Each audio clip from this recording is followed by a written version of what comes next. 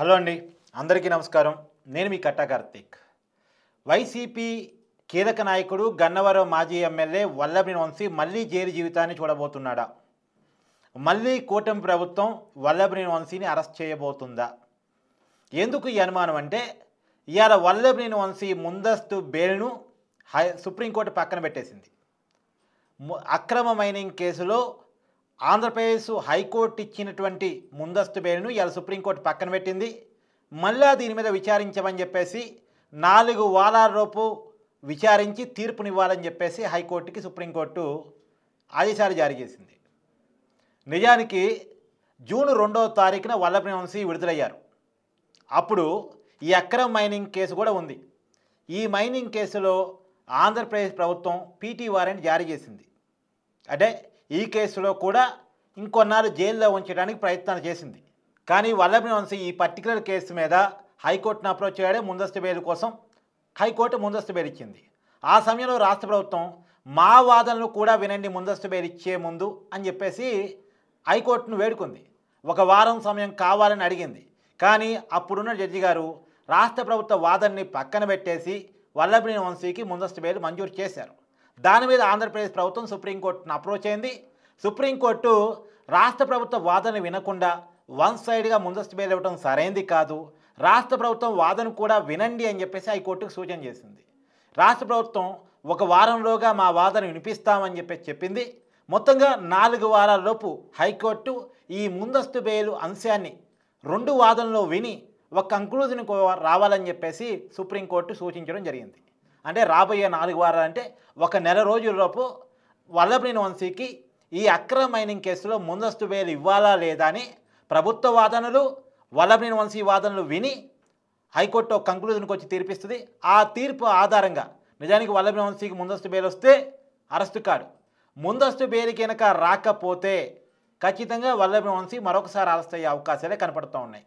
ఏంటి ఇంకా అక్రమ మైనింగ్ కేసు అంటే, వైసీపీ అధికారంలో ఉన్నప్పుడు అక్రమ మైనింగ్కి పాల్పడి వల్లభనేని వంశీ దాదాపు 175 కోట్ల రూపాయల అక్రమాలకి పాల్పడ్డాడు అనేటువంటిది కేసు.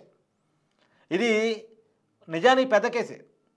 గత కేసులతో పోలిస్తే ఇది కూడా ఒక బిగ్ కేసు కానీ చెప్పాలి వల్లభనేని వంశీ జీవితంలో.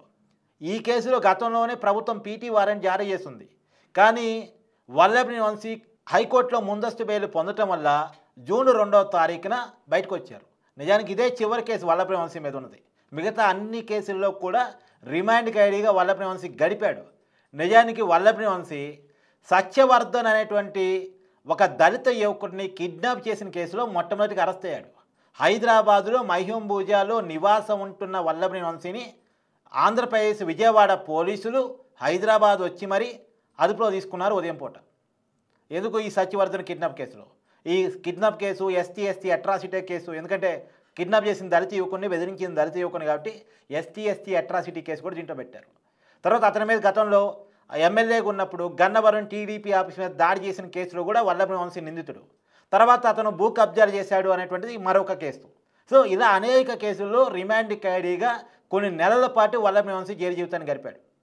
అతను జైల్లో ఉన్నప్పుడు అనారోగ్యం పాలయ్యాడు అనేటువంటిది కూడా మనం చూసాం. హాస్పిటల్లో అడ్మిట్ కూడా అయ్యారు. శ్వాసకోశ ఇబ్బందులు, తర్వాత ఊపిరితిత్తుల సమస్యలు, నడువు నొప్పి, బ్యాక్ పెయిన్, ఇలాంటి అనేక ఇబ్బందుల్ని వల్లభనేని వంశీ ఫేస్ చేశాడన్న విషయాలు మనం చూసాం. అతను నా ఆరోగ్యం బాగాలేదు, నాకు మధ్యంతర బెయిల్ ఇవ్వండి అని కూడా కోర్టులో అడిగాడు. అప్పుడు మధ్యంతర బెయిల్ కోర్టు ఇవ్వలేదు, ప్రైవేట్ హాస్పిటల్లో చూపించుకోమని చెప్పింది. ప్రైవేట్ హాస్పిటల్లో అడ్మిట్ అయ్యాడు, ట్రీట్మెంట్ తీసుకున్నాడు. మళ్ళా జైలుకి వెళ్ళి కొన్నాళ్ళు జైలు జీవితాన్ని గడిపాడు. మొత్తంగా అన్ని కేసుల్లో బెయిల్ రావడం వల్ల జూన్ 2వ తారీఖు రిలీజ్ అయ్యాడు. రిలీజ్ అయిన తర్వాత కూడా రిలీజ్ కాకుండా ఆపాలని ఆంధ్రప్రదేశ్ పోలీసులు తీవ్రమైన ప్రయత్నమే చేశారు. కానీ అప్పటికి అది వర్కౌట్ కాలే. వల్లభనేని వంశీ మొత్తానికి రిలీజ్ అయ్యాడు. ఇప్పుడు వల్లభనేని వంశీ మరొకసారి అరెస్ట్ అవుతాడు అనేటువంటి అంశాలు అయితే కనపడతా ఉన్నాయి. వల్లభనేని వంశీ బయటకు వచ్చిన తర్వాత కూడా వైఎస్ జగన్మోహన్ రెడ్డి కలిశాడు. కానీ బయటకి ఏ స్టేట్మెంటు ఇవ్వనప్పటికీ, పొలిటికల్గా యాక్టివ్గా లేనప్పటికీ కూడా వల్లభనేని వంశీ పక్షాన పేరునని మాట్లాడే ప్రయత్నం చేశాడు. పెద్ద ఎత్తున రక్షణ చేసే ప్రయత్నం చేశాడు. సో ఇంకా వల్లభనేని వంశీని జైల్లో ఉంచాలని కూటమి ప్రభుత్వం అనుకుంటుందా అనేది కూడా చూడాల్సి ఉంది.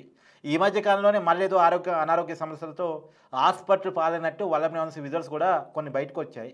ఏది ఏమైనా వైసీపీ అధికారంలో ఉన్నప్పుడు ఆయన చేసినటువంటి ఒక్కొక్క అరాచకం బయటికి రావటం, అతని మీద కేసులు నమోదు కావటం, అన్ని కేసుల్లో కూడా రిమాండ్ ఖైదీగా జైల్లో గడపాల్సి రావటం మాత్రం కొంత వల్లభనేని వంశీ రాజకీయ జీవితంలో ఇబ్బందికరమైన పరిణామమే. ఇన్నాళ్ళు ఆయన చూసిన పొలిటికల్ లైఫ్ వేరు, ఇప్పుడు ఆయన చూస్తున్నటువంటి లైఫ్ వేరు. నిజానికి ఆయన వరుసగా 2 సార్లు ఎమ్మెల్యేగా గెలిచారు. 2014 నుంచి 19, 19 నుంచి 24. 2019లో టీడీపీ ఎమ్మెల్యేగా గెలిచి అధికారంలో ఉన్న వైసీపీ పార్టీ వైపు వెళ్ళారు. వైసీపీ అనుబంధ సభ్యుడిగా కొనసాగారు. అంటే టీడీపీ వల్ల సంక్రమించిన ఎమ్మెల్యే పదవికి రాజీనామా చేయకుండానే వైసీపీ సభ్యుడిగా కొనసాగారు.